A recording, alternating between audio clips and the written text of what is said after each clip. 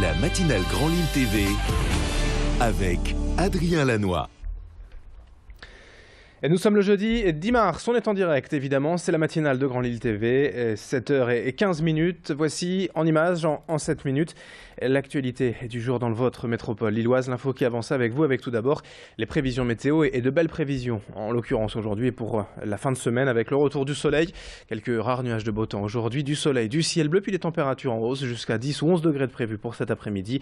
Et bref, un avant-goût de printemps pour cette fin de semaine, on en reparle juste après le journal avec les prévisions complètes de météo service.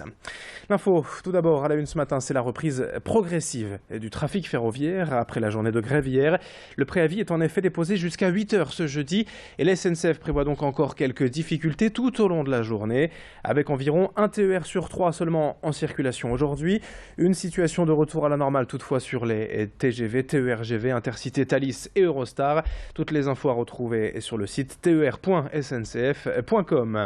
Les cheminots de retour sur les rails, le calme va également revenir dans les rues après la première journée d'action hier contre la réforme du Code du travail. Près de 7000 manifestants étaient rassemblés hier à Lille. Plusieurs syndicats, dont celui des étudiants, l'UNEF, avaient appelé à l'action. Ce sont d'ailleurs ces jeunes qui ont ouvert le cortège hier. Une première manifestation contre la fameuse loi de Myriam El Khomri et d'autres sont déjà annoncées. Jeudi prochain, le 17 mars pour les étudiants, le 31 mars pour les salariés. Nos journalistes Céline Huret et Xavier Silly étaient au cœur de la manif hier à Lille. Je vous propose d'écouter ces représentants en syndicaux, notamment ici la CGT, hier après-midi en direct sur notre antenne. Écoutez, aujourd'hui, il ne s'agit pas de proposer des amendements. Les organisations de jeunesse et les organisations syndicales qui sont aujourd'hui dans la rue demandent le retrait pur de ce projet. Ce qui ne veut pas dire qu'il ne faudra pas revoir un autre dispositif pour améliorer encore une fois les conditions de travail des salariés. Il y a une nouvelle manifestation, mais également avec les retraités, qui depuis des années demandent une revalorisation de leur retraite qui diminue de plus en plus. Et pour l'instant, on n'est toujours pas entendu non plus. Donc on voit bien ce lien qu'il y a aujourd'hui entre la jeunesse et les retraités qui s'inquiètent pour leurs enfants, leurs petits-enfants, compte tenu que détricoter les droits aujourd'hui pour les jeunes, c'est forcément empirer la prochaine retraite qu'ils auront dans X années. D'autre part, face au refus de cette loi El Khomri, il y a le MEDEF, le syndicat patronal, qui a de son côté apporté un soutien sans réserve au texte original. Nous avons joint hier le président du MEDEF Nord-Pas-de-Calais, Frédéric Motte. Écoutez ses explications. On ne peut pas nier la mobilisation qu'il y a eu. On a bien évidemment entendu le million de signataires de la pétition.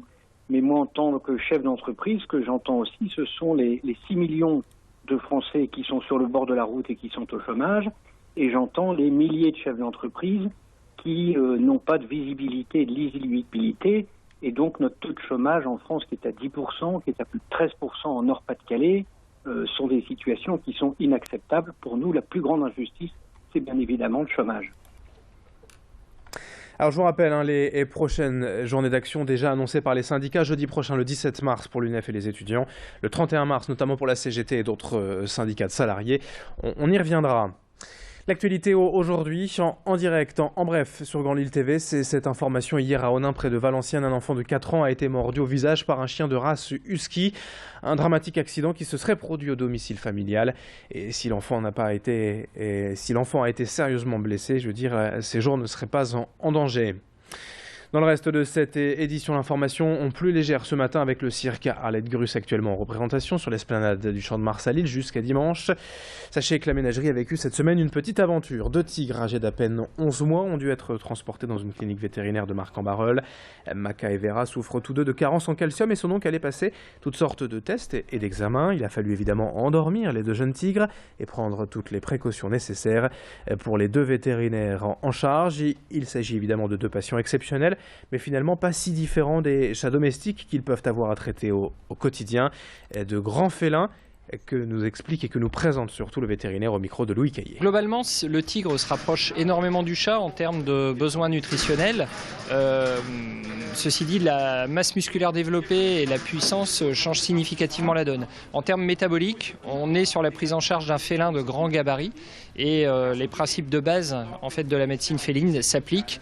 Tout est plus compliqué étant donné leur gabarit, bien sûr. Le tigre mâle a bien grandi, n'est désormais plus manipulable spontanément et par conséquent, on est obligé de le tranquilliser préalablement à son transport jusqu'au centre de soins. Et puis pour terminer, on vous signale 2 belles récompenses pour une bière régionale au concours général agricole du récent Salon de l'Agriculture. Pour la 2e année de suite, la brasserie Moulin d'Ascq s'est vue récompensée par une médaille d'argent pour sa bière ambrée et une médaille de bronze pour la triple. Ces bières sont bio et développées ici dans la métropole lilloise, à Villeneuve d'Ascq. C'est une véritable reconnaissance pour cette brasserie artisanale qui faisait face tout de même à 300 bières présentées au concours, dont 14 pour la région Nord-Pas-de-Calais. Louis Caillé est allé découvrir cette brasserie Moulin d'Ascq et son fondateur.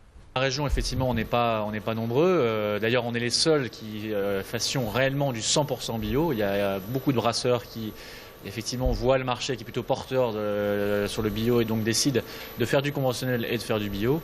Le choix de la brasserie Moulin d'Ascq depuis 1999 a été de partir sur du 100 bio, ce qui n'était quand même pas gagné au début. Les consommateurs avaient tendance à penser que une bière bio c'était pas possible, que c'était pas alcoolisé, que c'était bizarre, que c'était pas agréable. Aujourd'hui, on est dans un marché qui est complètement différent puisqu'évidemment le consommateur connaît beaucoup mieux le bio et souhaite consommer différemment localement et donc c'est plutôt porteur pour nous. Allez, fin de cette édition. Dans un instant, à suivre la météo et l'infotrafic sur Grand Lille TV.